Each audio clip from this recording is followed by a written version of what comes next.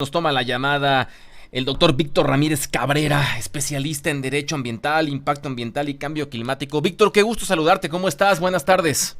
Hola, muy buenas tardes. Un gusto platicar contigo y con tu auditorio. Gracias, Víctor. Te pregunto, esto que está ocurriendo, estos apagones en el país, ¿es algo para lo cual, es algo que tenía que ocurrir derivado de las altas temperaturas que estamos viviendo o podría haberse evitado? Estábamos escuchando algunas críticas de la oposición donde decían es que son malas políticas y es incompetencia gubernamental. ¿Lo es, Víctor?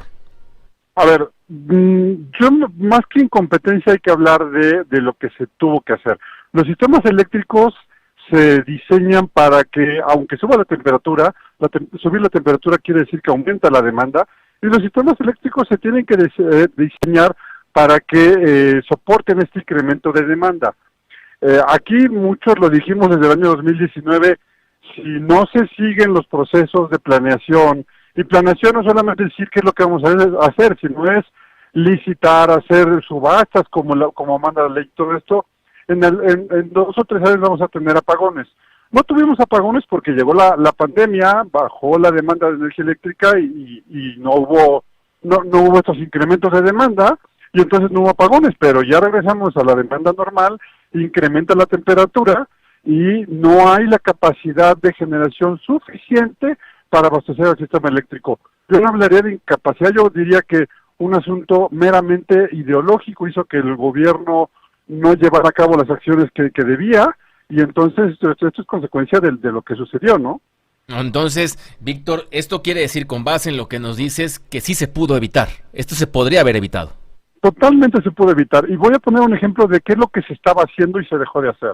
En los años 2015, 2016 y 2017 se llevaron a cabo algo que además la ley ordena, una serie de subastas que son como licitaciones públicas internacionales en las que dice CFE, voy a comprar tal cantidad de energía, ¿quién ofrece? Y eso lo que llevó es que cada año se firmaban y se desarrollaban parques de generación que tardaban 2 o 3 años en desarrollarse, pero que te estaban entregando 2.500 megawatts nuevos de capacidad de generación cada año.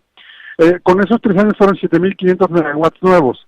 A partir de 2018, este gobierno canceló la subasta 2018 y no se ha hecho subasta ni 2019, 2021, 22 ni 23. Entonces, considerando que los proyectos tardan un par de años o 3 años en desarrollarse, estaríamos hablando de que en este momento, si se hubiera obedecido la ley y se hubiera seguido con las cosas como se hacían, tendríamos 10,000 megawatts nuevos de capacidad de generación y no un faltante de 3,000 como sucedió antier o no sé cuánto ya faltado el día de ayer, que también hubo algunos apagones, aunque menos que antier, ¿no?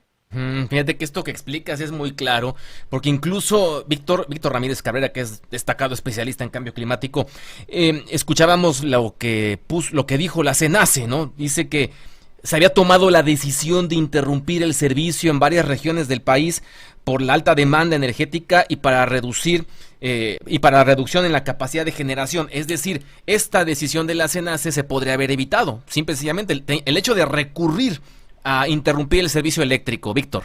A ver, ahí está más o menos la idea, pero vale la pena aclararle un poquito. La cantidad de demanda de energía eléctrica y de oferta tiene que ser la misma, porque si no, si hay menos oferta que demanda, el sistema puede colapsar, y si colapsa nos vamos a tardar 2 semanas en echarlo a andar completamente y en tener energía eléctrica completamente. Entonces, ¿qué hace el SENACE?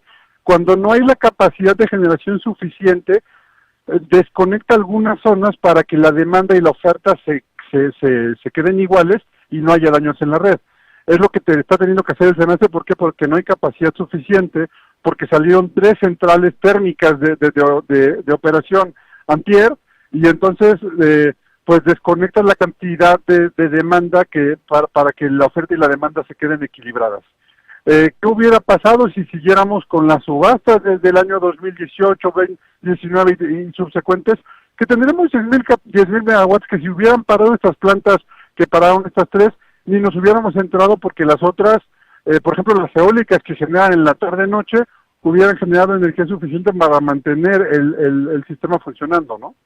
O sea, Víctor, si nos habríamos ahorrado esta decisión de interrumpir el servicio en varias regiones del país, ¿de acuerdo? Sin lugar a dudas, adicional de que las subastas fueron un ejemplo mundial estuvieron también hechas que rompimos récord de energía eléctrica mundial en el año 2016 y 2017, entonces no solamente no tendríamos apagones, sino tendríamos energía más barata. Sí, además, para finalizar, Víctor, porque escuchaba hace rato a Guillermo García Alcocer, tuvo una charla con Joaquín López Dóriga, él fue titular pues de la Comisión Reguladora de Energía y hablaba de que era necesaria la participación de la iniciativa privada para que esto dejara de ocurrir, Víctor, que es justamente sobre lo que hablas. Es absolutamente necesario. Ahorita, por ejemplo, se habla de que para cumplir con la ley se requieren alrededor de 45,000 millones de dólares para aplicarse de aquí a 2030 y el Estado no tendría por qué hacerlo. Yo creo que lo mejor es que lo hagan privado, los ponemos a competir y que vuelva a suceder lo que pasó en estas subastas que te cuento, que rompimos récord de costo de energía eléctrico más barato del mundo y esto se hace mediante participación privada y mediante competencia entre las empresas, ¿no? Sí. Pues Víctor, te mando un abrazo, además siempre nos has tomado la comunicación desde los tiempos de pandemia, ¿recuerdas cuando?